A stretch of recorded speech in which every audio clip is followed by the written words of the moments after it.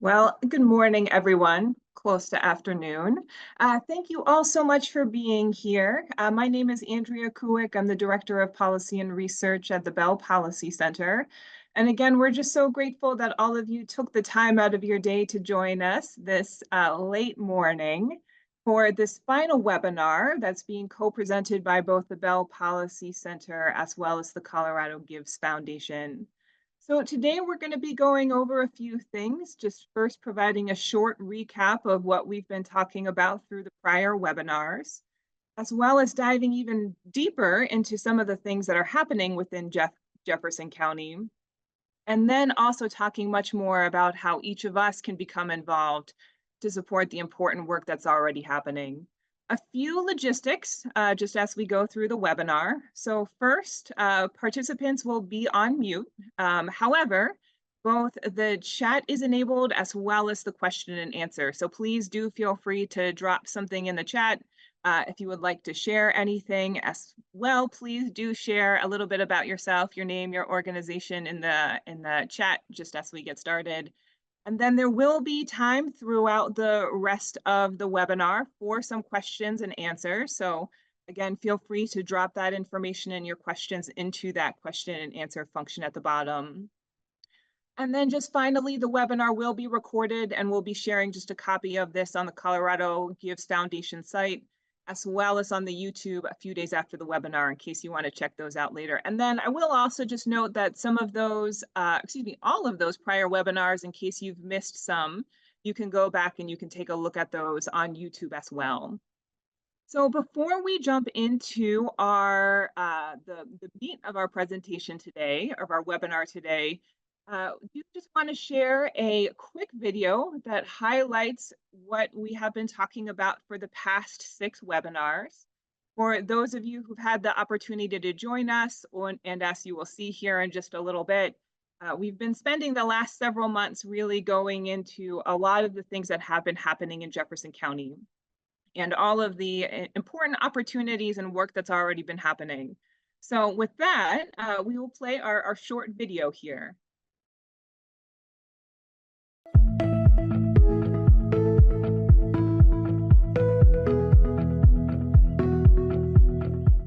Discovered that there's a lack of shared understanding of both the problems and opportunities for affordable housing.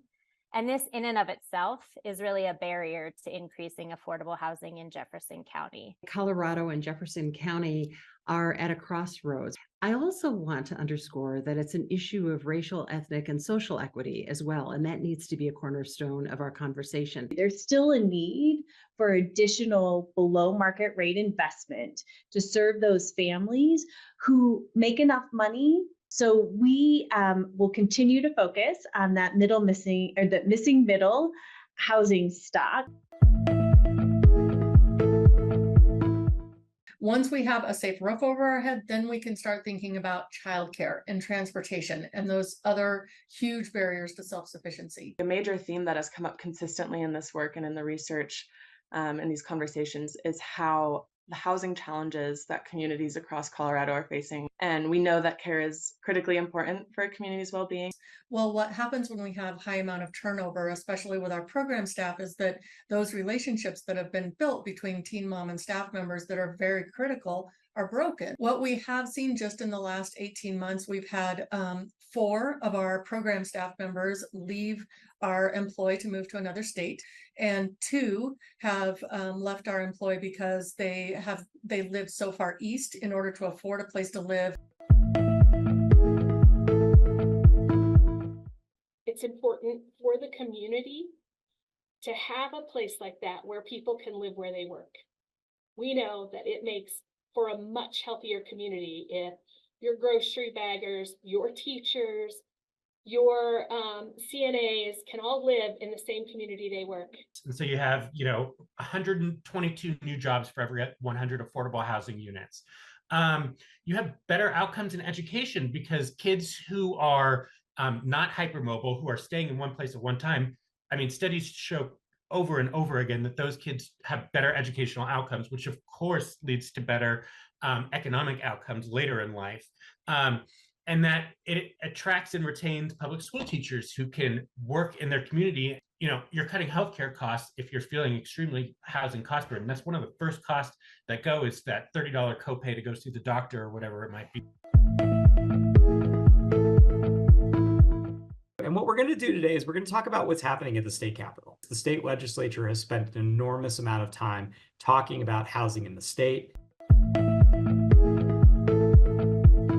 They're going to be walking us through some of the basics of how housing is developed and what are the biggest challenges. And that is more or less a generic kind of flow chart, but very accurate on what it takes to get something from the beginning to the end and actually build something. So as we think about the policy levers that local jurisdictions kind of have in their repertoire, there's sort of three different groups. So we think about this webinar series where we're focused primarily on the workforce or middle income range, which is about 60 to 120% AMI. You can see are the policies that are going to be used to address this component of the housing spectrum. If you look at this map here, right, I mean, you see exactly how easy it is to sort of identify, you know, exactly that question of investment opportunities, right? If you're thinking about the harms that have been done in the past, the only way to undo them is to make specific policies that are meant to undo and redress the issues that have happened in the past. As I think about opportunities, I think one of the first things we have to do is to publicly acknowledge the harms. And we shouldn't run from this reality. We need to instead lean into it. And it needs to be community-wide. And people who don't know about these things need to hear them.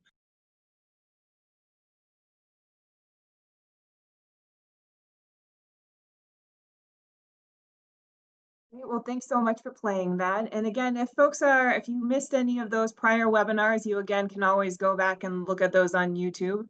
I believe that there is a link to that in the chat if you're interested. So to get us started today, I'd like to introduce today's moderator. Savane Nathan is the Community Impact Vice President for Colorado Gives Foundation. With a strong background in business, engineering, and education, Savane brings a unique blend of skills and perspectives to the work. Prior to the Colorado Gives Foundation, he held leadership positions at Minds Matter Colorado, Denver Public Schools, and the Boeing Company. He holds a Bachelor's of Science in Systems Engineering from the University of Pennsylvania, a Master's of Educational Leadership from the Broad Center, and an MBA from the Thunderbird School of Global Management. Savane, I'll hand it over to you. Thank you, Andrea, and thank you all for being here. Unfortunately, I did not get a Bachelor's of Silence because that would make me a very terrible moderator, but I did get a Bachelor of Science, and I'm happy to be here as the relatively new Community Impact Vice President for the Colorado Gives Foundation. You'll hear more about the Colorado Gives Foundation in a little bit, but one of the core elements of what we do is we are effectively the community foundation that serves Jeffco. We are focused in Jeffco. Our work is in Jefferson County. And Kelly Duncan will talk a little bit more about our strategy in a little bit. But one of the core elements that we've seen over and over again, and these 6 webinars that have preceded us have indicated, is just how important an issue and how pervasive an issue is the lack of affordable or attainable housing is in Jefferson County. And so if you've had the privilege or the opportunity to watch the past 6 webinars, I strongly recommend you do if you haven't. It's an incredible primer on the state of Jefferson County, the historical elements that come into play when it comes to housing in Jefferson County, and some of the novel solutions that we're starting to see. But a lot of the conversation has been about what's wrong with Jefferson County or what's missing from what we need to move forward. And so today's conversation is going to be really focused on what's the future. What are the bright spots that we have? What's working? What are we doing in Jefferson County that is actually pushing the vanguard? It's revolutionary in many ways in terms of leading the national conversation, not just the Colorado conversation, the national conversation around increasing the availability of housing for the people who need it most. And so I'm so honored to moderate this conversation, and I'm so excited to have these incredible panelists who will be joining us today. First off, probably needs no introduction, but I'll do it anyways. Jefferson County Commissioner Leslie Dahlkemper. She's here. Her career is focused on what she loves most, right? So that's helping people, solving complex problems, giving back to the community. Over 30 years of experience serving as a senior level executive in both private and nonprofit sectors, with a focus on public policy, strategic communications, and community engagement. And Commissioner Dahlkemper was reelected to a second term as Jefferson County Commissioner in 2022, and now chairs the Jefferson County Board of Commissioners. So thank you, Commissioner Dahlkemper, for being here. In addition, we have my boss, Kelly Duncan, the president and CEO of Colorado Gives Foundation, a role that she has served in since February 2019.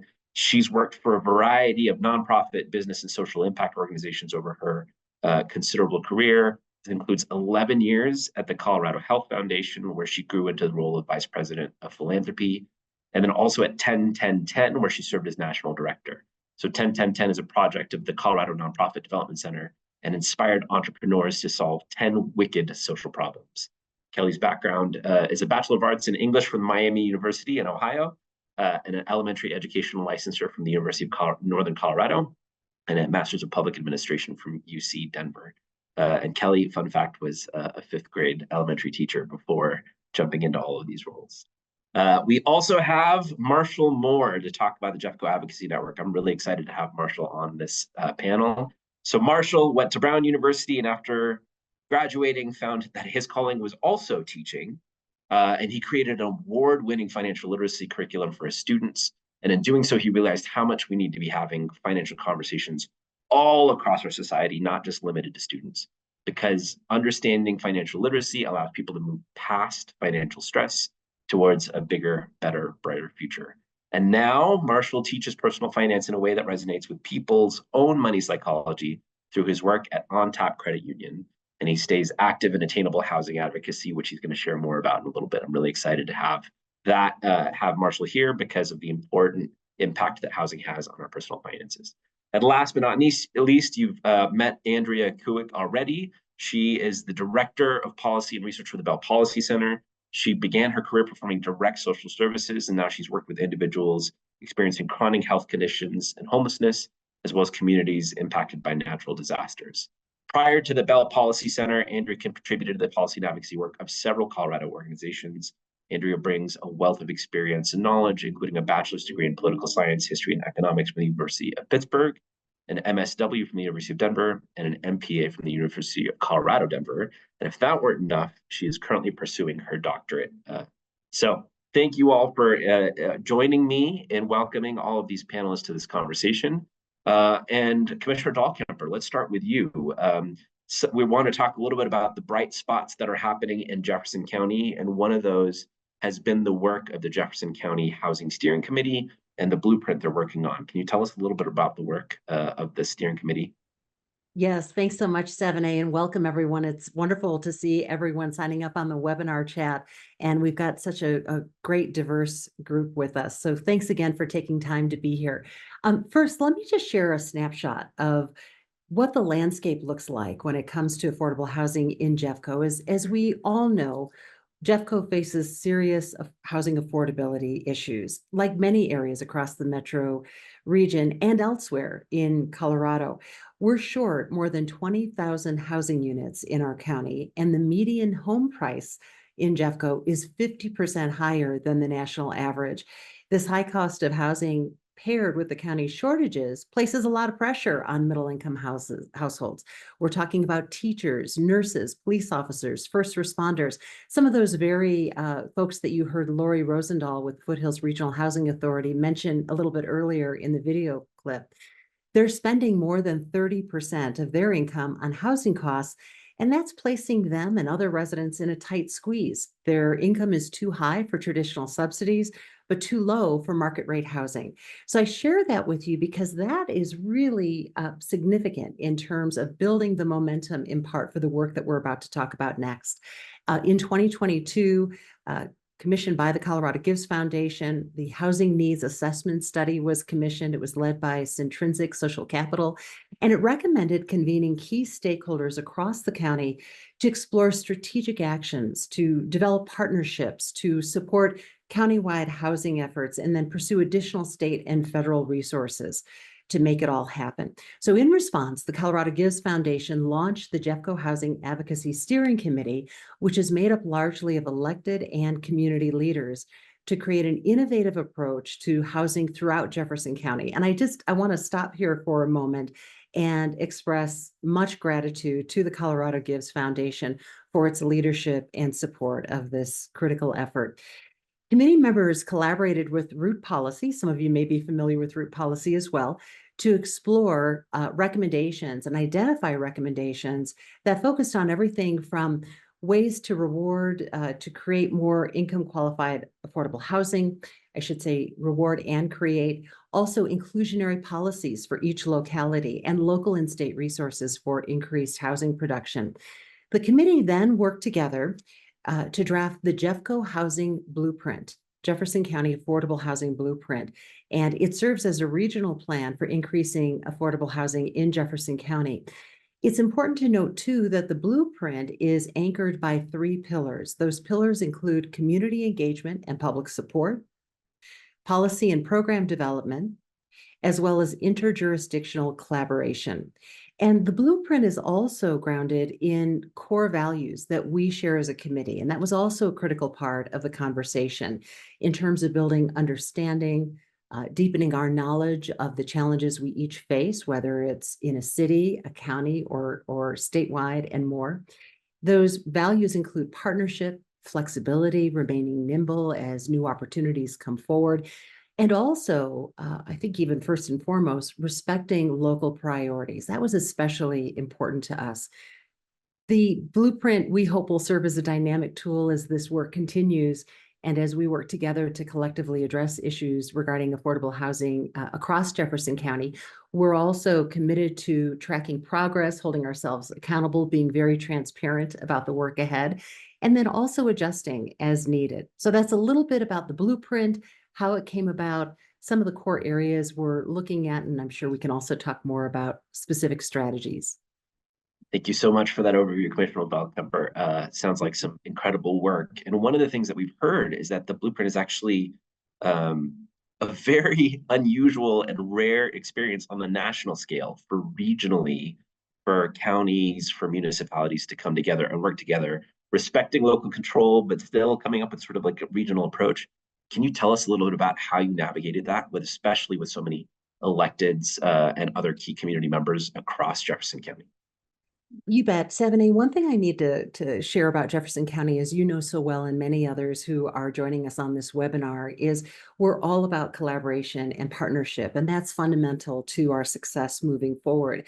I think we're also very good as a community in pulling together diverse stakeholders around a table to take these knotty, thorny issues and say, how do we work on this together? What are the challenges we might face at the county level versus, say, Arvada, Wheat Ridge, or Lakewood?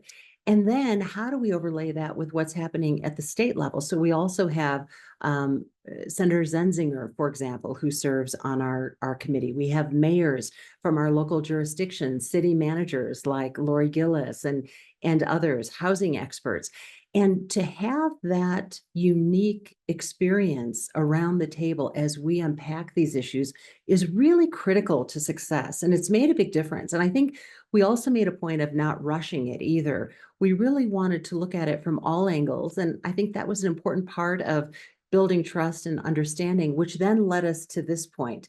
So there's lots of buy-in, and we're really excited about the next step. Thank you. Thank you. It sounds like a tremendous task and a lot of alignment and a lot of collaboration to get there. So I appreciate that. Would you be willing to share just a little bit more about those 3 pillars, those 3 strategies in the blueprint? Sure. Because I think some of the work that we're going to be talking about next is going to align to some of those pillars. You bet. Let me share a couple of examples in a little bit more depth, and you'll hear more about the community engagement and public support piece in just a moment too. But one of the things that we knew is that community input is absolutely critical in terms of shaping the policy decisions we make at these different levels of government and with housing experts, nonprofit leaders, and others. And what we also knew is that there's limited input from individuals and families who are being priced out of housing options. So we wanted to hear directly from them.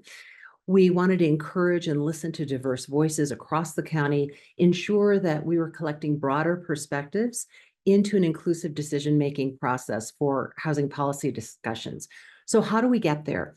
One of the things we thought was most important was to empower and mobilize advocates. That includes identifying, engaging, and mobilizing Jeffco residents. I won't say too much more about this because this is coming up a little bit later in the webinar in more detail about the Jeffco Advocacy Network, and we're really excited to share more about that work in particular and how we're providing skill building training, leadership development to advocates, and much more. Another area at 7A, and for others joining us on the webinar today, is policy and program development. This area is particularly important because without those robust policies and programs that are tailored to meet the unique needs of Jefferson County, our efforts to address housing affordability will fall short, no question about it. So this pillar really focuses on supporting policy and program development within local jurisdictions to drive meaningful changes for affordable housing availability. The essential elements of this particular pillar focus on policy support and education, stakeholder engagement and activation, and policy implementation and monitoring. So it's providing decision makers with the knowledge and tools necessary to formulate effective policies. It's ensuring, again, those diverse voices are heard every step of the way, fostering that more inclusive and responsive approach, and then also creating mechanisms to ensure accountability, that we're getting the work done, we're doing it in a way that is going to get results for our community. And interjurisdictional collaboration, the third pillar, really focuses on working closely across all jurisdictions across Jefferson County and with groups to achieve those common goals and doing the work together, learning, improving, tweaking as we need to, adjusting, and much more. So that's a little bit more about those three different areas that we're focusing on as a housing committee. Awesome. Thank you so much, Commissioner. Sure. Are there any other last things you'd like to share about the Housing Steering Committee or the blueprint before I kick it over to Kelly Duncan and we talk about how Colorado Gives Foundation is trying to support this work? No, I just really appreciate the opportunity to serve on the Housing Committee with lots of people who are very dedicated to this effort moving forward. And it's really important to hear from you also, your questions, your ideas, as we work together on this issue. Thank you. And I think that's an important point, right? Like just because the blueprint is pretty close to being public and released doesn't mean that the work of the Housing Steering Committee ends, right? It's going to continue and continue in helping with the implementation of the work and making sure that we stay regionally coordinated. Am I correct? Absolutely. This is where the exciting part, I think, begins. We've been working very hard on this over the last couple of years, and the momentum is building, and this is where we really need our community to engage. So really looking forward to this next phase. All right, thanks, Commissioner. And we'll hear back from you a little bit more at the end. You're not done yet. You've got a lot of other expertise we need to tap into. So we'll hear from Commissioner Dahlkemper a little bit more about policies in Jefferson County.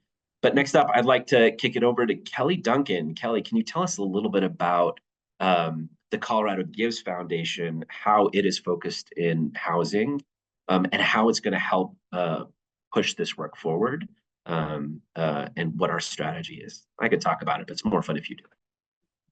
Absolutely. Thanks, 7A. And I will echo Commissioner Dahlkemper's gratitude for having you all join us today. It's a pleasure to virtually be in the room with you, and a lot of great partners on this call. So gratitude to all the work that you're doing that's collectively moving the needle and how we address the needs of Jeffco community members in terms of housing. So I know many of you know Colorado Gives Foundation, and I will beg your forgiveness to hear it one more time because we may have some new individuals on the webinar, and I'd love to do a brief introduction. So Colorado Gives Foundation is a community foundation unlike any other.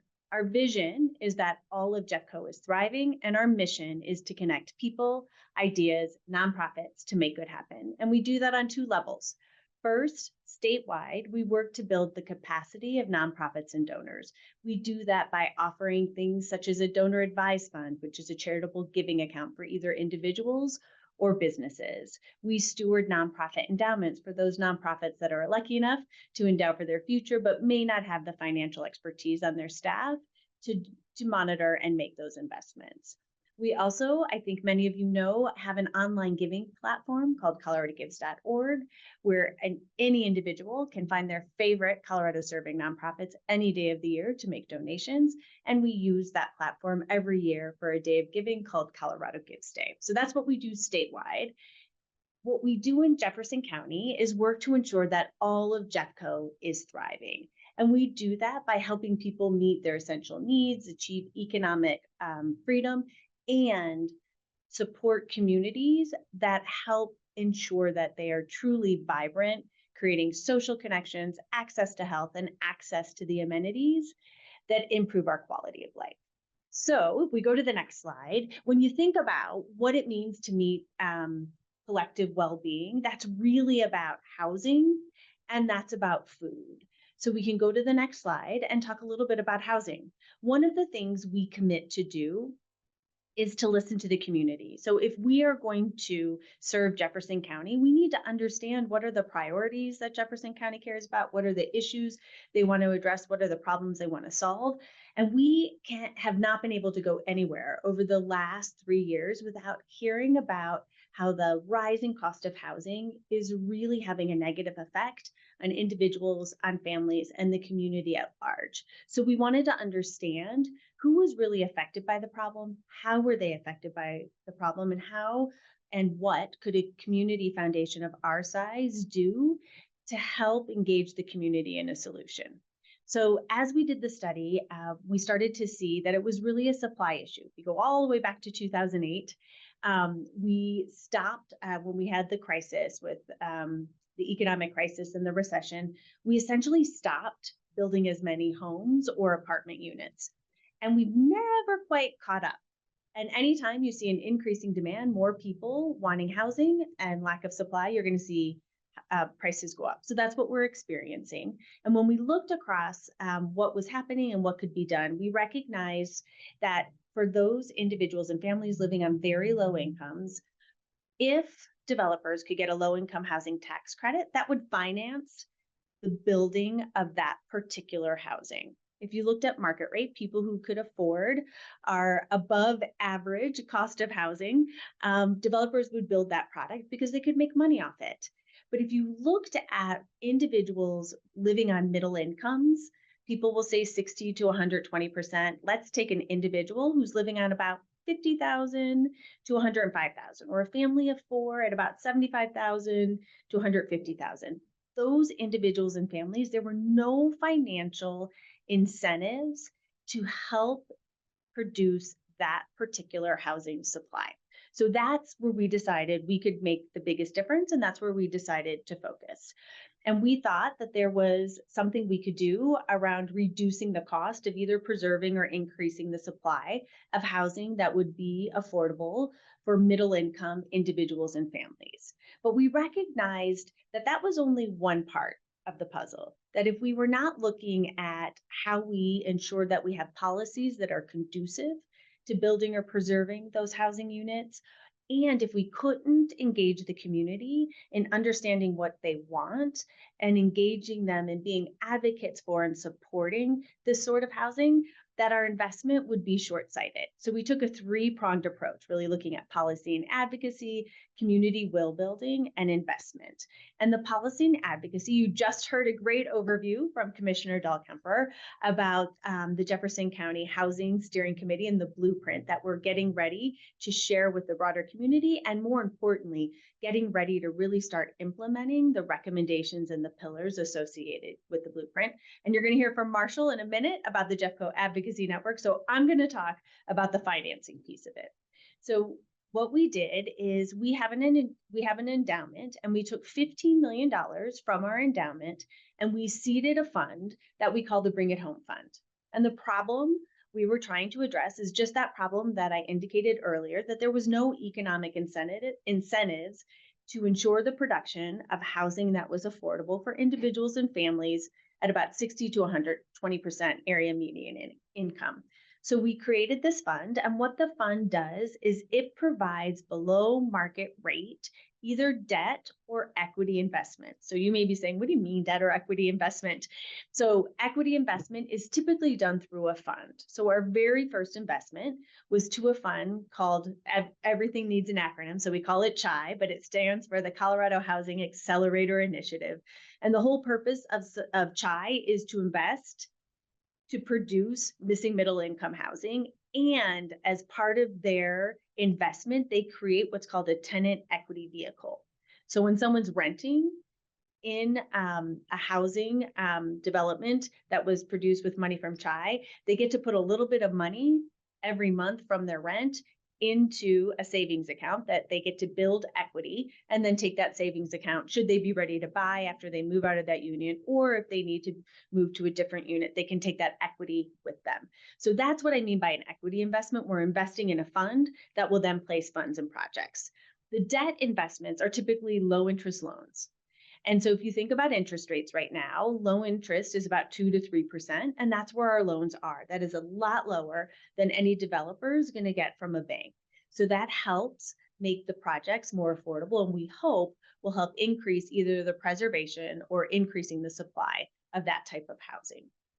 And so our target impact is about 54 units. And that sounds so low, but when you think about the cost of a unit being $270,000, we just did straight math. We did $15 million, $270,000 a unit. We're going to get to 54 units. That's not what we want. That's the floor. That's not the ceiling. The ceiling is really, how do we engage in projects where we can leverage our investment to do far more than 54 units, because we have other partners coming alongside us in the project. And right now this says 2 investments, but I'm really excited that we get to announce a 3rd investment, and I'll share that at the end.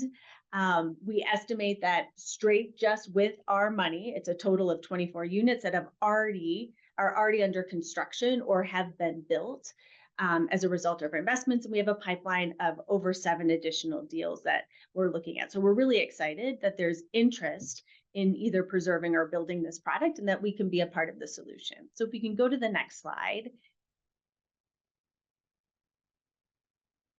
So what we wanted to do is create a very, very flexible investment vehicle. So we didn't want to make it hyper restrictive on what a developer could use the money for. So it is everything from that acquisition of land or structure. So if they want to build a structure that they're going to rehab, that's part of this. It could be pre-development, what they need to do to get ready to actually develop the housing units, development or construction, straight construction loan or second mortgages, or even occupancy and sale. So we went all across the pipeline. And what we found is this is really helpful to developers, because they don't always know exactly what they need, but they need something. And because we've already set the money aside and we hired an investment manager, Syntrinsic, we can move really, really quickly. So we had one example where someone came to us, they had a month to close. Because we had everything developed, we could close within a month. They could purchase an apartment building that didn't get sold into market rate rents, but stayed available to individuals who were not quite at that market rate levels in terms of what they could afford. So working all across the spectrum. And then if you go to the next slide, please. So these are our funded projects. We're really excited. We've done the Colorado Housing Accelerator Initiative, which I mentioned, which is CHI. We did Vance Street Lofts in partnership with Foothills Regional Housing Authority. That's an apartment building that's available both for individuals who are exiting homelessness, as well as individuals up to that 60 to 80% area median income. And then finally, our most recent investment is an investment in Metro Denver Habitat for Humanity. So really excited about the projects we're working on and the results that they're going to have on Jefferson County families and individuals. That's awesome. Thank you so much, Kelly, for sharing about the Bring It Home Fund. And one of the things that we've heard from other foundations is it's really groundbreaking in a lot of ways, right? That we're doing this in Jefferson County, that we're taking funds from Colorado Gives Foundation, like our own endowment, and allocating it specifically for housing projects. Can you talk a little bit about how, who and how other organizations can participate in the Bring It Home Fund, or have already? Absolutely. So I see several names who are participating who made donations to the Bring It Home Fund. So first, thank you very much for making those donations. The biggest way that we're making it available is we offer an impact investing donor advised fund. So what does that mean? Someone or some entity, so it could be a business, it could be a developer, it could be a county, or it could be a municipality, opens a donor advised fund with with $25,000. So they open the donor advised fund with $25,000. We then invest that money in projects as part of the Bring It Home Fund. Once the projects are complete and the money has been paid back from the developer, we then return the principal plus any earnings to the donor advised fund.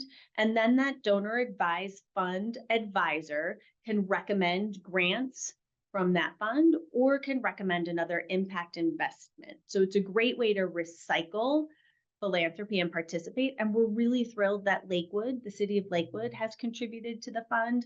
And huge thank you to Gary Community Ventures that has contributed to the fund, and many individuals on this webinar who made a contribution. Seeding a little for when we get to the end about how people can get involved. So thank you so much for Kelly. And then one last question. How do you, you talked a little bit about Syntrinsic. Can you talk about how the Colorado Advocacy Foundation is vetting these opportunities that come their way? Yeah. So we hired Syntrinsic, who is an investment advisor. This is their work. They vet deals, they look at the financial viability, and they also, because they are committed to being a good community citizen, also get the impact piece. So they're really experts in that impact investing, where you invest for both mission return as well as the financial return. So Syntrinsic is doing all the work. You saw Jonna Lynn, she was the very first speaker in that video, doing the work to help develop the pipeline. They're developing the pipeline, they're talking to potential developers, potential investees to understand what is the project, does it align with the fund's guidelines, will it produce impact, how much money do they need, and is it financially viable? Then they make the recommendation, we look at it, and then we go ahead and place the funds, they monitor the investment, and they track all the reporting, both financial and impact. Thank you, Kelly. Sounds like a great, robust process, and looking forward to more deals coming down the pipeline.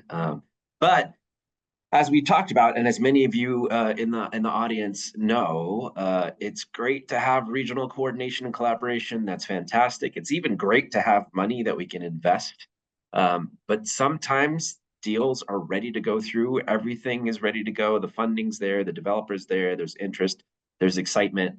And then when it comes to a zoning issue or a water tap, all of a sudden things can go sideways when you're at a city council meeting or at a county commission meeting, right? So want to kick it over a little bit to Marshall Moore, who's representing the Jeffco Advocacy Network, to talk a little bit about how we are mobilizing citizens, how the citizens of Jeffco, the residents of Jeffco, the people who work in Jeffco who maybe can't be residents because they can't afford it, the folks in Jefferson County are taking ownership and leadership and try to address this housing issue. So Marshall, thank you for being here with us.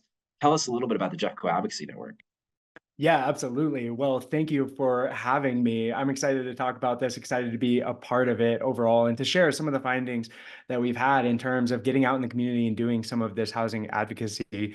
So who we are, as you can see, a nonpartisan coalition of residents and civic leaders advocating for impactful, practical, and immediate housing solutions.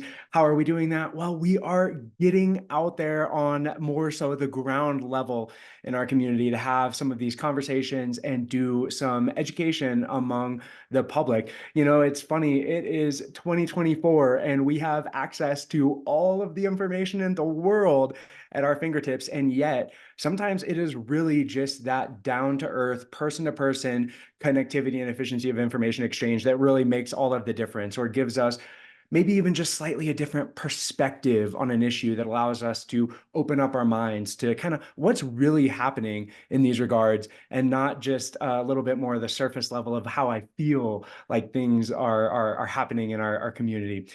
So we are doing that through public events, through meetings, public hearings, and soon we will also be doing this more so through the social media side of things. It's been really fun to have some of these conversations on the ground level to really hear about the ways in which what messages are resonating most with people in the community first, and then to eventually start to get to the place where we're sharing some of that information through social media also.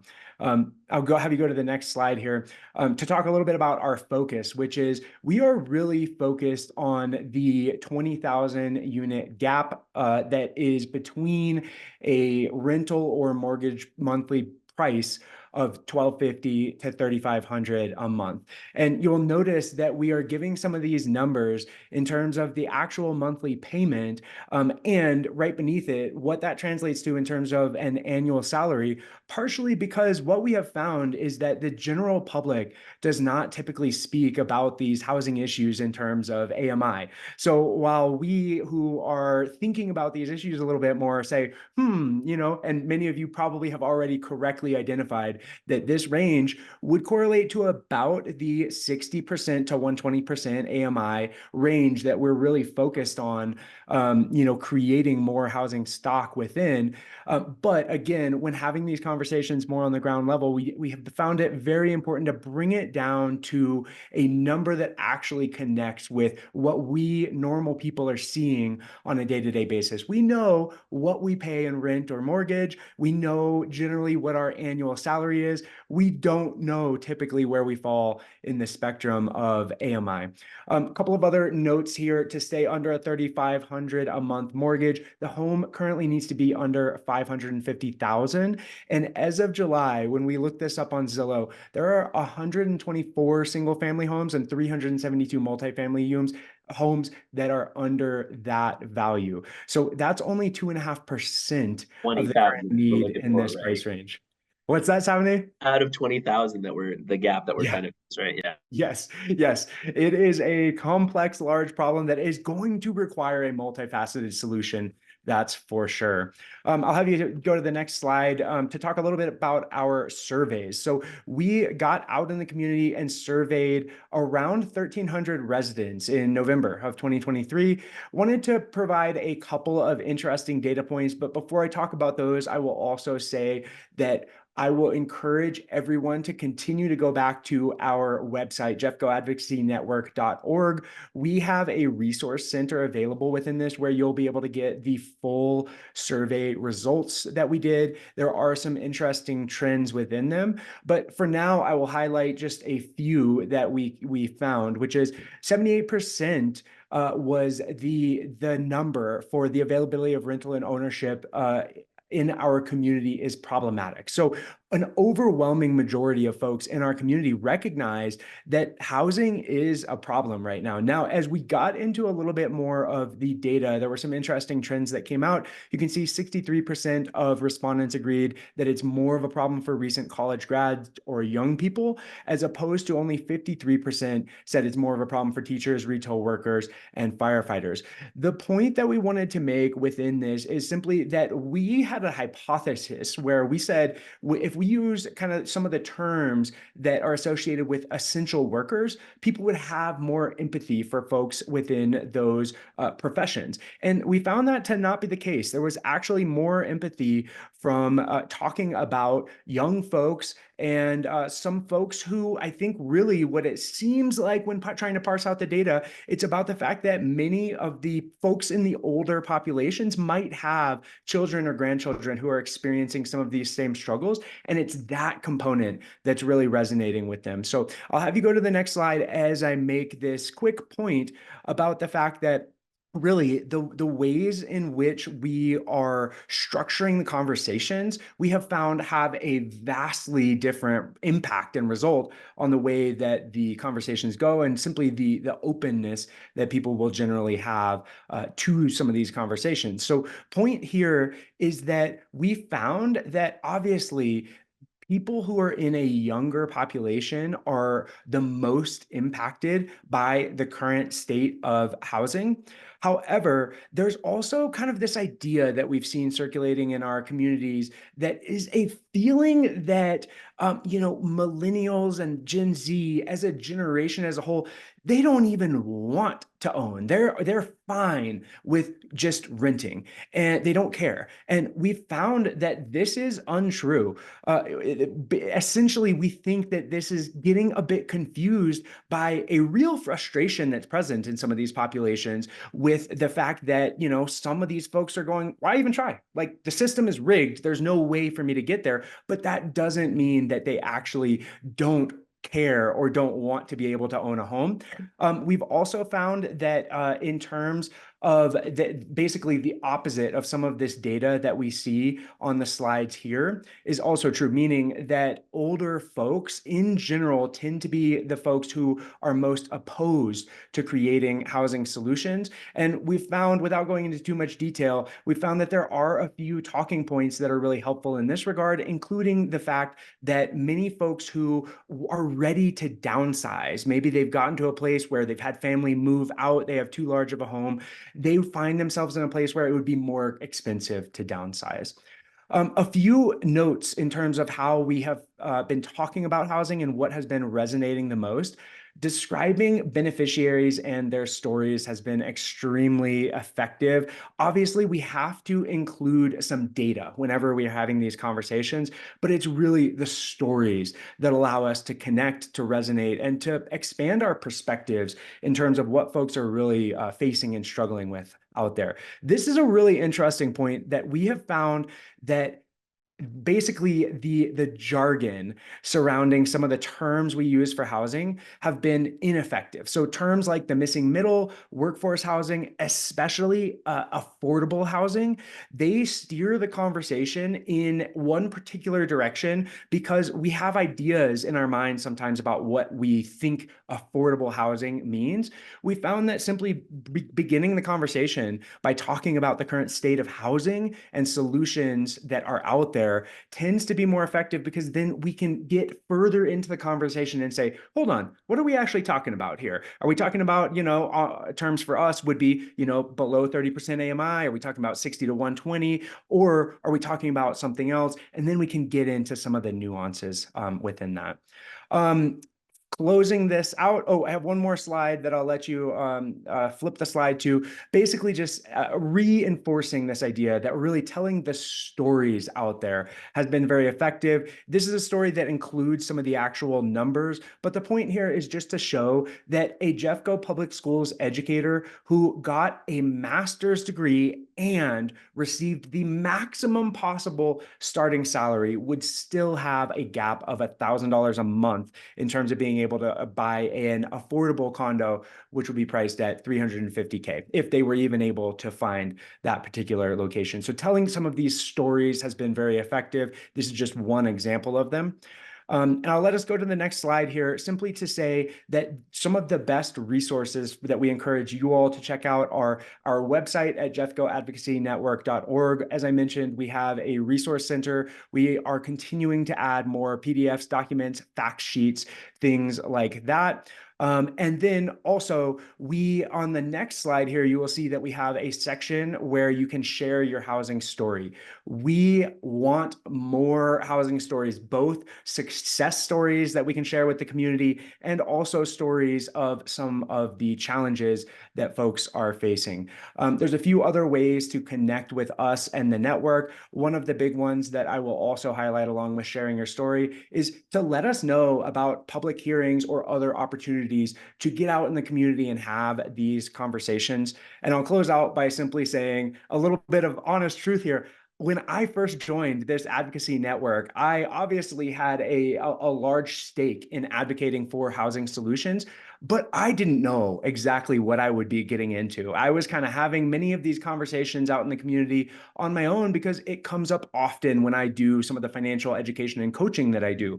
And it has been incredible to have not only this group that I can draw upon in terms of bettering the conversations that we're having and finding out about other opportunities to get out and advocate, but also to be providing us as advocates various amounts of training in terms of how we can be more influential in terms of having many of these conversations and expanding folks' perspective in the community. So we are supported by the Colorado Gives Foundation, and I am very grateful to have this network as a part of what we're a part of the multifaceted solution.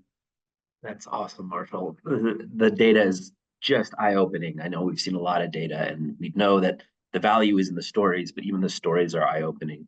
I think one of the things, you talked a little bit about the training. Can you share a little bit about what the Advocacy Network has built skills in over the course of the last few months? Absolutely. Yeah, the training has been fantastic. It spans not only the more technical information for us as advocates to really understand the broader and complex state of housing as a whole, and for us to, understand like, oh, Colorado defined workforce housing as 80 to 120% AMI in, I believe it was 332. All of those kind of more technical pieces, that's great background for us to have. We can be more eloquent when we're out in the community having some of these conversations. But the training has also included some measures in terms of how do we have conversations in the community in an influential way. And that has been really eye-opening in terms of, a lot of the focus has been what we mentioned, this kind of balance between having data, but also really having the stories that support our point and resonate with people on the ground level. It's been really fun, though, to look into some of the ways that we can have those conversations on the more influence side of the equation and the leadership side. Thanks, Marshall. And I can't leave. I got to put you on the spot. Can you tell in 60 seconds, can you give us your housing story and what got you involved? I don't I don't know if I could do 60 seconds, but I'll make it real quick because it does come across one component of the multifaceted solution. For me, when my wife and I first moved to Colorado in 2014, we thought we could never buy a house. We just didn't think it would be possible. Knowing what I know now, goodness, I wish I had had more information. Of course, I wish we had lots more information and had a course in high school and all of those pieces. But basically, eventually what happened for my wife and I is we did two things. One of the big ones was I started looking into this concept of house hacking. So when I was younger, I always had roommates. That basically allowed me to create a little bit more cash flow in my normal budget. Eventually, we got to the place where when we were able to buy our first, primary home, I made sure that there would be an opportunity to rent out a room within the house to help with the mortgage. And then from there, we eventually were able to get to a place where I now, the current property that we have, I also looked for a place that had an ADU and we're able to rent that ADU out. And the reason that I bring that up is just because ADUs are one small component of the equation, but we have a tenant over there that is just so over the top grateful and thankful for the place where he gets to live every day. Because it's right there, we develop a great relationship. It creates more community. I think sometimes people don't want, people nearby them, but you have conversations with people and it turns out that you can create those small little communities within it. And it's been a really great thing, obviously, for my wife and I also. So just one small component of the solution, but for me, it was ADUs that were able to really make it happen. Just an example of how innovative you have to be in order to address the housing dilemma on a personal level. So thank you for sharing that, Marshall. And you're too humble to do it, but Josh made sure that we put in the link. Marshall, you are hosting a conversation about a webinar on housing. And as part of financial literacy, I think on July 31st, that link is in the chat, and we'll come back to you to share a little bit more about that in a bit. So with that, one of the things that we know from the Housing Advocacy Network is that over half of the people that we polled, 51% of the people that we polled, said that we need to do something about housing, right? So it's not just going to work with advocacy. It's not just going to work with investment from organizations like Colorado Give. Policy is an incredible part of that. We've talked about the blueprint, but Andrea, can you tell us a little bit more on the state landscape, and then Commissioner Dahlkemper will come to you on the local level. What's going on the policy front? Yeah, there's been a lot, obviously, that's been happening at the state legislature, as I'm sure many folks know. And it actually connects really well with a lot of the things that Marshall had just mentioned. We're going to talk a little bit about ADUs in a second, but just broadly, again, lots going on at the state level. Housing affordability, again, was very much top of mind and very much a priority this past legislative session. We saw tons and tons and tons of bills on housing affordability. Especially as we think about what it means for people in Jefferson County, I would lift up a couple things. First, that there were new requirements for local governments throughout the state. But what I would also offer is that oftentimes with those new requirements, there often came new tools, new resources for those local governments. So oftentimes we saw a lot of financial assistance for governments. We saw technical assistance, of which I'll talk a little bit more about here in a second. And of course, as we think about all of this, and as Savane kind of alluded to and came up in other conversations, of course, housing affordability is not new in Colorado. As Marshall had mentioned, lots of folks know, especially who have been here for a while, that thinking about trying to afford a home has been a continual challenge. So this very much builds upon the important work that's been done over the past several years. So just wanted to highlight, starting on the next slide here, a couple of the big things that were passed this legislative session. This is by no means exhaustive, but these are a couple of the things that you might have heard about, and again, really do connect to things that are happening here in Jeffco. So first was Senate Bill 174. This is the Sustainable Affordable Housing Assistance.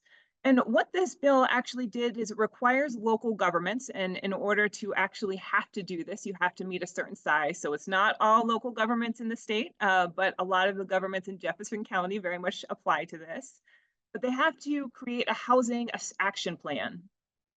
So how they are going to think about and create some of the new housing units in their community. Importantly, what also came along with this, and this was some of those additional resources that had just mentioned, is that the Department of Local Affairs, also commonly known as DOLA, is that they'll provide some both technical and financial assistance to local governments. So really trying to help local governments move forward with some of this in a more systemic way to identify some of these issues moving forward. Moving on to another bill here, I'm sure lots and lots of folks know about this one. This was part of a much larger bill from a couple years ago, so sure that this very much resonates with folks. But House Bill 1313, the bill title Increasing Housing Near Transit, and essentially what this does is it requires the local governments in metropolitan planning organizations to set housing opportunity goals, particularly related to density and high frequency transit areas. So again, this doesn't apply to all local governments throughout the state. It only applies to several of them, but a lot of them in the Jefferson County area. So as you can see, applying to Lakewood, Arvada, Edgewater, Westminster, Wheat Ridge, Golden. And again, the idea with this, very much trying to increase density within those communities in those high transit areas.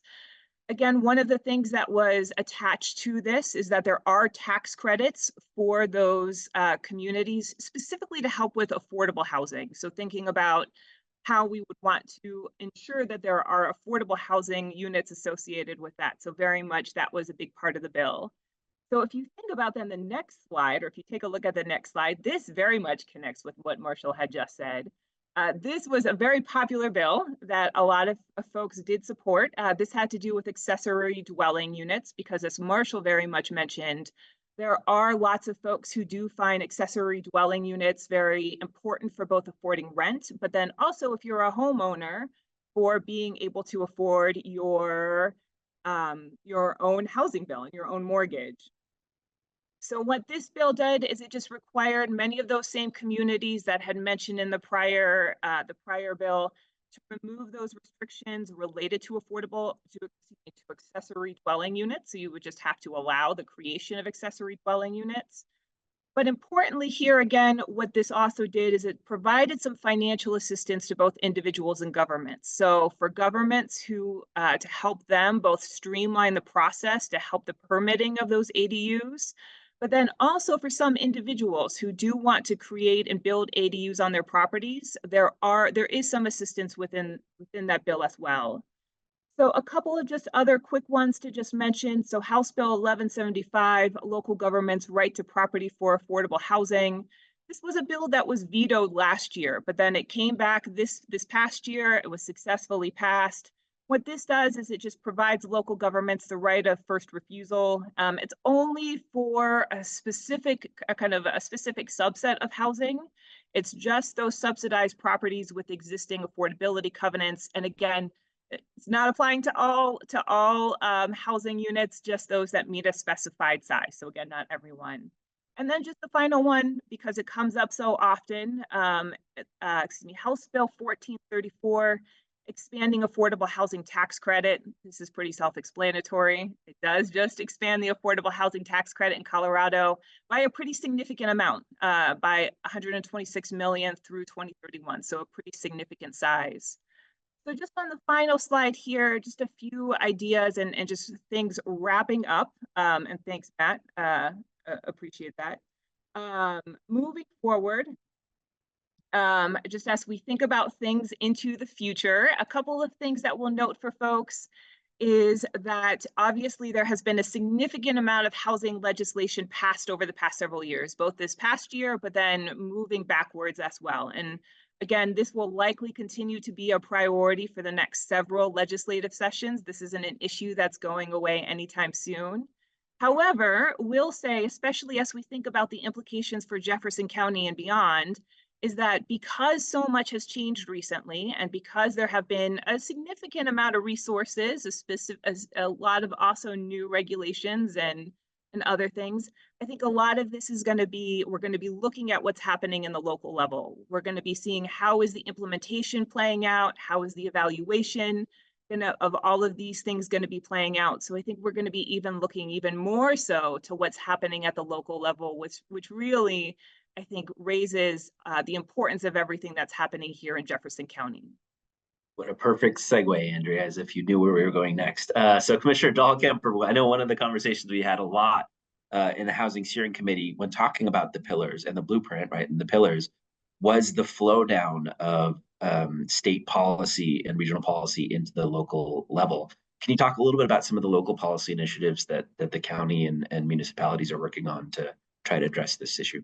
Yes, happy to. And I just want to thank Andrea for an incredibly concise and focused overview of what happened during the legislative session, because we're still digesting and processing that information at the county level. But I also couldn't agree with you more. You know, we've really laid the foundation through the work of the Affordable Housing Advocacy Committee to tackle these issues head on. So that's exciting that we've done that work, we found common ground, and we're moving it forward and now layering on the work out of this legislative session. And also a huge thanks to all of our Jeffco legislators who are an important part of this work this past session.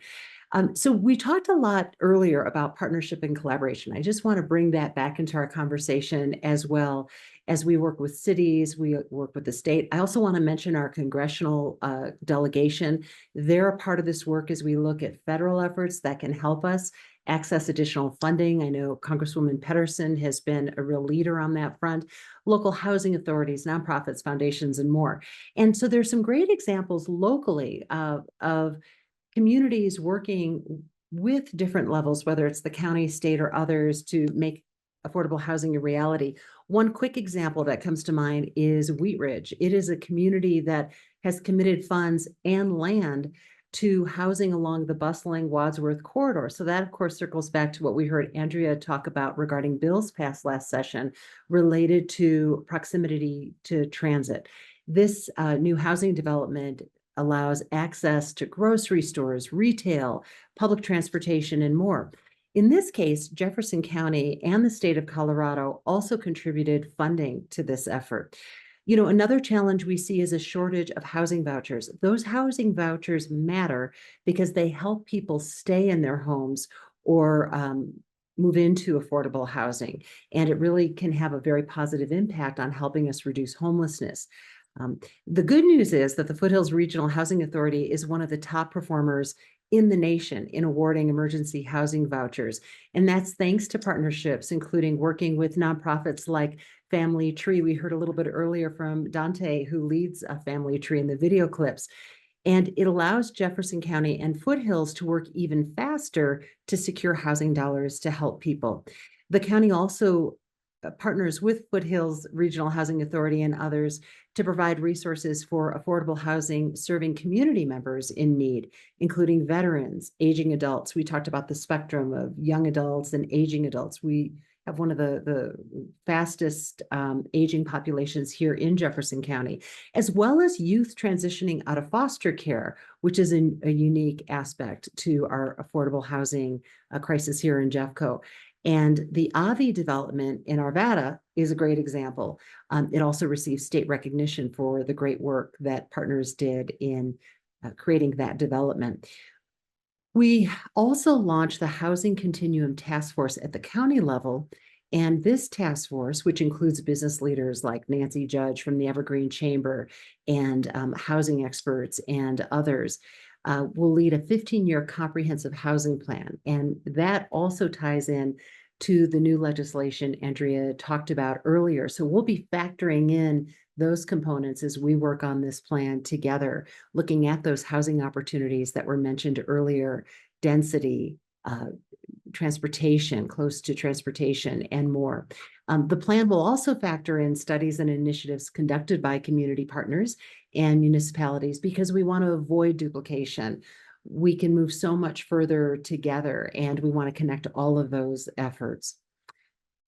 Those are just a couple of the efforts that we have underway. There's more, but I'll go ahead and leave it there in case we've got follow-up questions.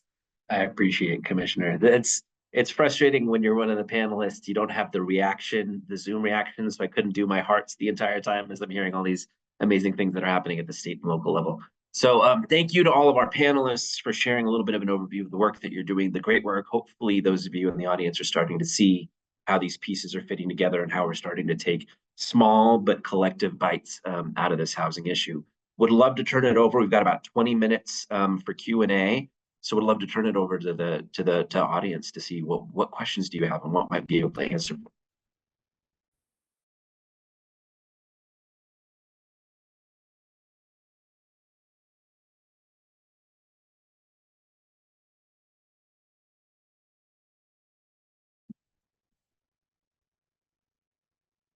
Hopefully you're all furiously typing right now. Those of us who are educators, Marshall, Kelly, and myself, we're very comfortable with awkward silence, so we can wait here until some of these questions come in. But the Bell Policy team will be curating some of these questions and sharing them out with us so we can have the appropriate people respond.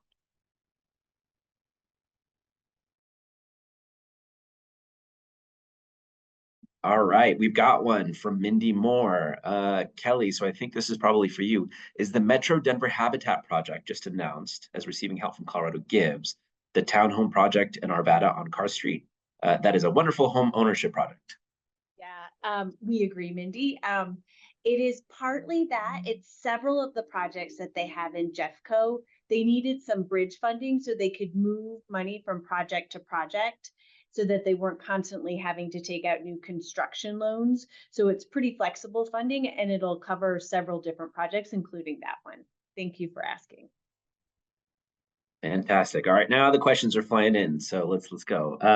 Commissioner Dahlkemper, how can people get more information about the Jeffco Housing Policy Blueprint? I am so glad you asked. I was actually going to touch on that toward the end, but thank you for bringing it up now. It will soon be available, and I would imagine that's through the Colorado Gives Foundation.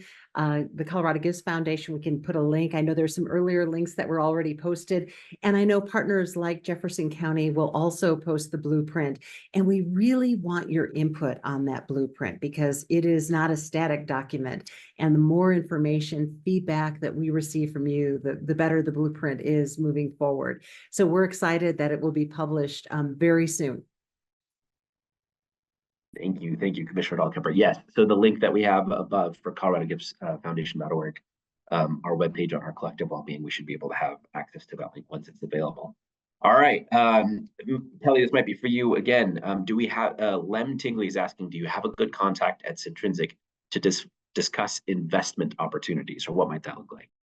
Absolutely. And I just messaged Lem Okay. individually to give him my email address, but Jonalyn Denlinger is the best contact to start with. But if ever in doubt, please go to our website, hello@coloradogivesfoundation.org. Put in your request and we'll get you in touch with the right person. Thank you, Kelly. Thank you, Kelly.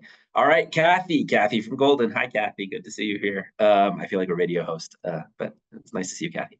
Are there policies that the various jurisdictions have discussed pursuing individually, such as inclusionary zoning?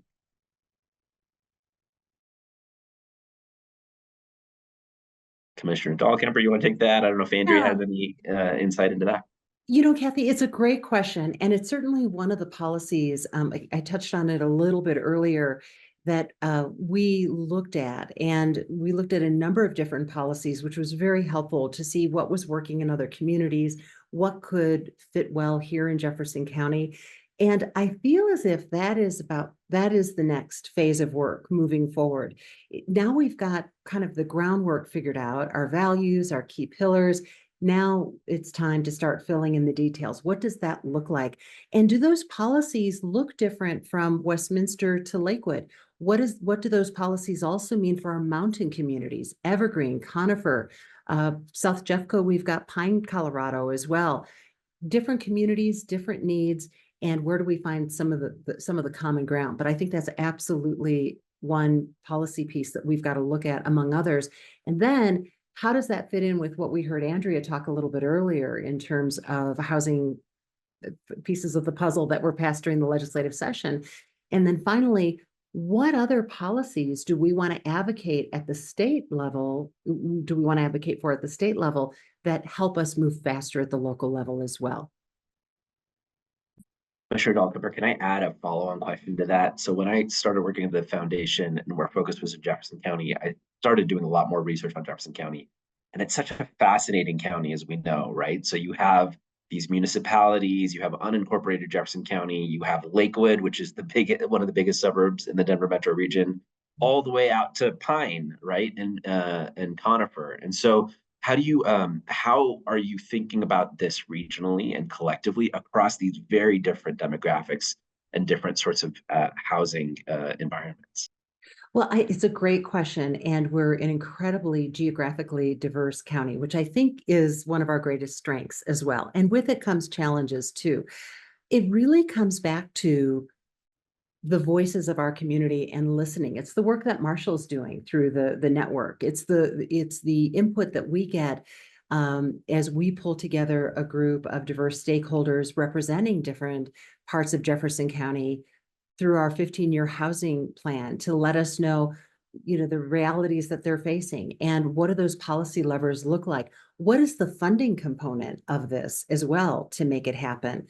We are excited about Prop 123. I didn't mention that a little bit earlier, but 123 is going to have an impact on Jeffco. We've opted in, for example, and I think we've committed to increasing our affordable housing units by more than 500 units over a period of time. But it feels like a drop in the bucket when you look at 20,000 units.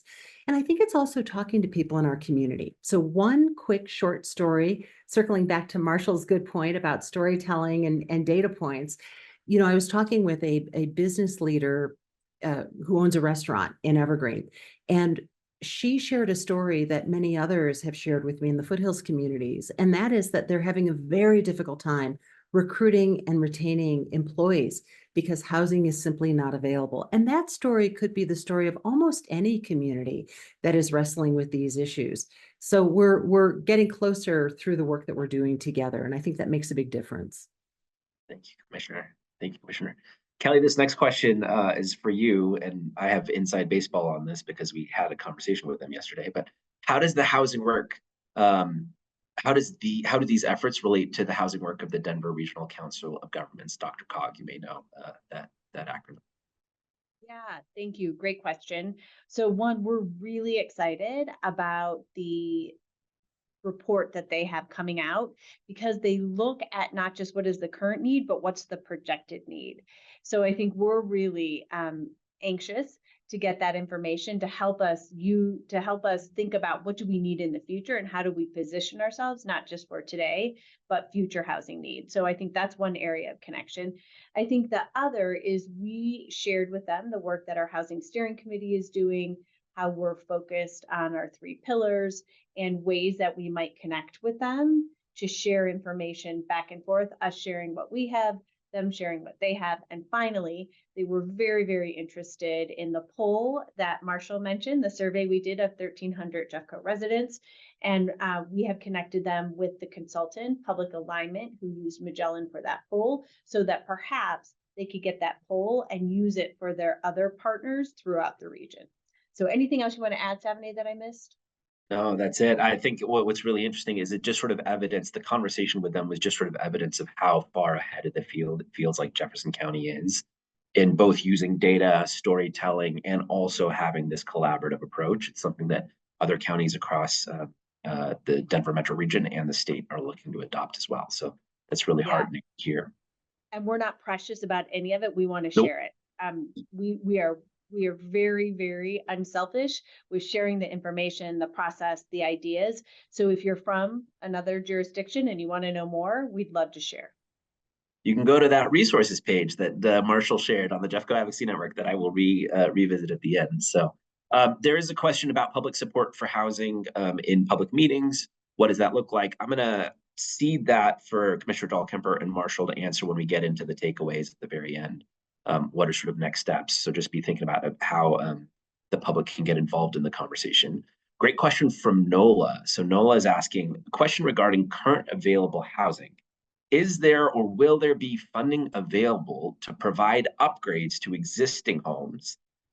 Because a lot of homes that are affordable often have a bunch of additional costs to modernize them, to update them, to make them livable, right? So available and affordable doesn't necessarily mean that it's livable, right?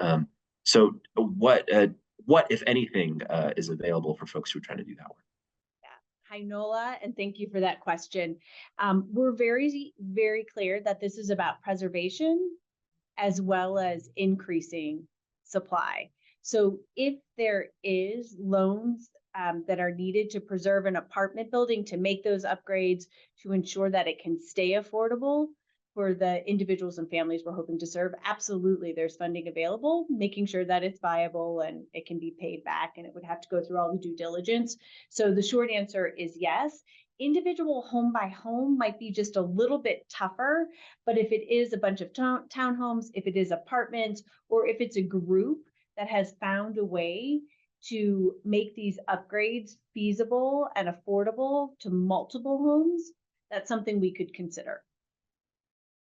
Thanks, Kelly. And it's good food for thought for me to be thinking about as we build out our strategy. But Commissioner or Marshall, anything else that you might have heard? If not, that's okay. I just wanted to know if there's anything else that you've heard about that might be able to help with it. You know, Savani, I would just add one unique issue facing Jefferson County. Jefferson County is one of only 2 counties that has not debruced. In other words, the dollars that are over our Tabor cap, Taxpayer Bill of Rights cap, many of you I know are familiar with Tabor, are refunded in the form of a check to taxpayers across Jefferson County. I mentioned that in the context of grants and securing grants to help us with creating more affordable housing, because those state grants count against our Tabor cap. And that makes it very challenging for the county to take advantage of state grants that other counties can take advantage of. So I just wanted to let everyone know that the Board of County Commissioners did vote last week in favor of putting a question on the ballot for Jeffco voters to determine whether voters want to eliminate that cap. For example, we'll be refunding approximately $30 million in Tabor refund money to taxpayers this fall. The ballot question looks at those dollars and future dollars and asks, would it be better, you probably can all guess how I feel about this, would it be better to reinvest those dollars in essential county services that really make a difference in improving our quality of life? So we're excited about having that conversation with our community, focusing on issues that we've been talking about, like public transportation, public safety, mental health, and much more.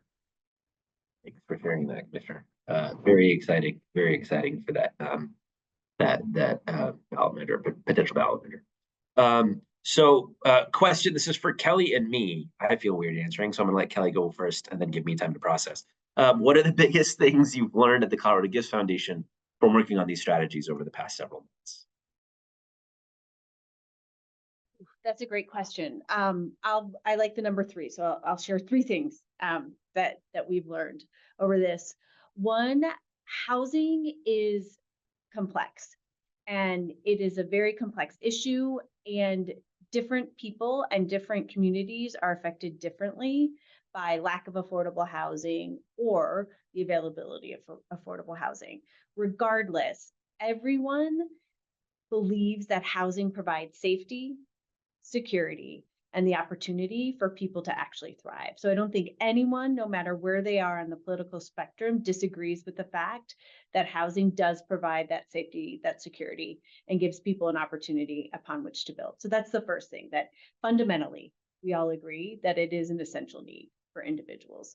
The second thing is there are many, many people and many, many organizations in Jeffco who know far more about this issue than we do, and we would be foolish not to engage with them, not to find ways to support them, and not to ride on the coattails of their good work to actually make progress. So I think the idea that any one entity can solve an issue such as complex as housing alone is fallacy. So we need to be in this together, and we need to find partners with whom we can work.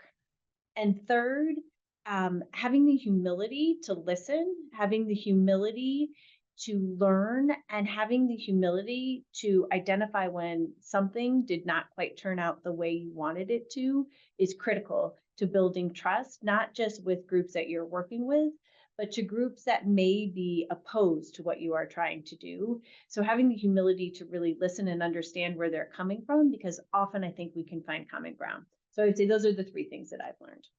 Thank you, Kelly. I appreciate that. I think I won't tack on too much. I'll just add a story out of the interest of talking about stories, right? So I was I think it was like 3 weeks into the job. I think it was my birthday.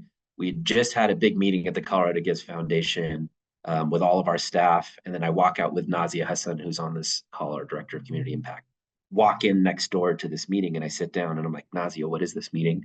And quickly everyone does introductions, and it's Mayor of Edgewater, City Manager for Edgewater, Mayor of Arvada, Commissioner Dahlkemper, Commissioner Kraft Tharp, and Dante Latson from Family Tree, and Cammie Welsh from the Arvada Chamber, and Jansen Tinmore from EDC, and all these people, and then it's me, and I'm like, Nazia, you didn't prep me for this, but I think the reason why that's important is not just that I wasn't prepped for that meeting, but more importantly, all of those, Commissioner Dahlkemper just referred to how geographically diverse and how different our different municipalities are within Jefferson County. But all of those elected officials and all of those stakeholders were in the meeting together because it was so clear that they were aligned that this was an issue. So to get geographic, political, racial diversity across that group of stakeholders who's sitting in that room and saying, we all agree this is a problem, we got to do something about it, I think was really remarkable to me, and got me really excited to try to help continue to push the Boulder forward. And I'll just talk about that. Those of you, maybe if you've read Good to Great by Jim Collins, a Boulder person, right? He talks about the flywheel effect and how when you're starting, it's really, really slow. It's a bunch of effort. You keep pushing and the flywheel doesn't budge. But with that consistent amount of effort and that consistent amount of force over time, it starts getting faster and faster and faster and faster. And I think the biggest takeaway for me is all of this stuff that we're talking about on this webinar didn't exist 18 months ago, didn't exist 24 months ago. The Housing Steering Committee hadn't really come together, wasn't really an idea. The blueprint wasn't even nascent. The Jeffco Advocacy Network was just an idea. A lot of the policies that passed at the state level this cycle weren't around in past cycles. The Bring It Home Fund wasn't really a thing that existed, right? The Colorado Gives Foundation hadn't decided how we were going to invest in this. But in 18 months, look how much progress we've made. And this is all just setting us at the precipice of what's coming next. This is just getting the skids greased so that we can move forward. And so it's really, to me, it feels like an exciting time to be part of Jefferson County and this work. and really excited to see all these people coming together to try to push this together. So I'll stop with that. I will now turn it back to the panelists for one takeaway, one last takeaway. And Duncan loves 3, so I'm going to force her down to 1 because she liked to slide the 3 into the 1. But for the ease and convenience of our audience members, what is one takeaway that they can, that our audience members can have, a concrete resource of action you would recommend so that they can take part in this conversation? I think it goes back to the biggest thing I learned, that we're in this together. We have got to work together to solve this problem. And there's lots of ways that if you want to take action, you can take action. If you are a business group or part of a community group and you want to learn more about the blueprint, please get in touch with us. We'd love to come share the blueprint with you and then figure out ways you can get engaged in implementation of the blueprint. If you're like, I don't have time to listen or get involved in advocacy, but you want to make a donation because you care about increasing or preserving the supply, talk to us. We'd love to engage you in the Bring It Home Fund. And finally, I'll let Marshall talk about it, but you can always join the Jeffco Advocacy Network because more voices send a louder message to make better progress. See what she did? 3 in 1. This is normal with her. Okay. Marshall, tell us a little bit about what's one takeaway that people can do to be involved in this conversation. Yeah, I'll say it's exactly that. Join the Jeffco Advocacy Network. Go to our website, sign up for our email list. Please share your story. Adding to that collection of stories is super powerful. And just because I saw the message about, what does it look like to go to some of these public meetings and advocate, the answer there is, it's across the board. It's everything from, we have had our members show up at Arvada City Council to do a 3-minute testimony. Some of those members had never done a testimony before, and we can coach them through that process. So it could be something as big as that, or it could be something a little bit more local and smaller. Like, for example, I saw Lauren McKinney was on here. She is coming to present to the Golden Young Professionals this week on Thursday. That is a group of young professionals that oftentimes are not as involved in the conversations because they're young professionals. They're busy with their, building their careers. And that is one organization in which they actually do get together. And it is a great opportunity to get some of these young folks more engaged in the conversation as well. Thank you, Marshall. Commissioner Dahlkemper, what can someone do to get involved in the housing conversation, and maybe also tacking in how can they support the public efforts and public meetings? Sure, you bet. A couple of different ways. One, I want to just talk about this through a policymaker's lens because Kathy Smith in the chat is leading the charge on policies related to housing. And that's exactly what we need to hear because the timing is perfect right now to lay out different ideas that you have as community members, whether you're talking to your local mayor, city council members, or you're talking to one of your county commissioners at a town hall or in the produce section of Safeway, where I have many of these policy kinds of conversations. You name it, we talk about it in our local grocery stores. But I do think it's really important for us to know what you're excited about in terms of policy issues, and then how we fit that into the blueprint and what does that look like. And also when it comes to the public meetings, you can always, if you're wondering more, you can always reach out to the organization specifically that is hosting that meeting to say, can you walk me through the agenda? What does participation look like for me? If you're not comfortable being part of a group or speaking at a mic, there are other ways we can get your input as well. So know that we're very creative in hearing from you because it's a top priority for us. Thanks, Commissioner. Last but not least, Andrea, what's your one thing? Yeah, I think that I think the value of also what's happening just at the state, especially as we overlay everything that's happening at the local level, thinking also about those state level policies and staying informed and engaged in all that work. And I think also all of the great things that are happening and the different ways in which to engage local elected leaders and local policymakers, also very much applying that to your state lawmakers as well. They all want to hear from you and want to hear what you think is working and what could be improved as well. So remembering that in the conversation too is always, I think, so important. Thank you all. What a lovely 89 minutes we've spent together. So informative, so instructive, so helpful, so heartening for me at least, and energizing for the work that's happening across Jefferson County. But this work is not about us on the panel. This is about you who are the participants and the rest of Jefferson County. On the screen, you see some resources. You can check out more about our housing strategy at our coloradogives.org, foundation.org website.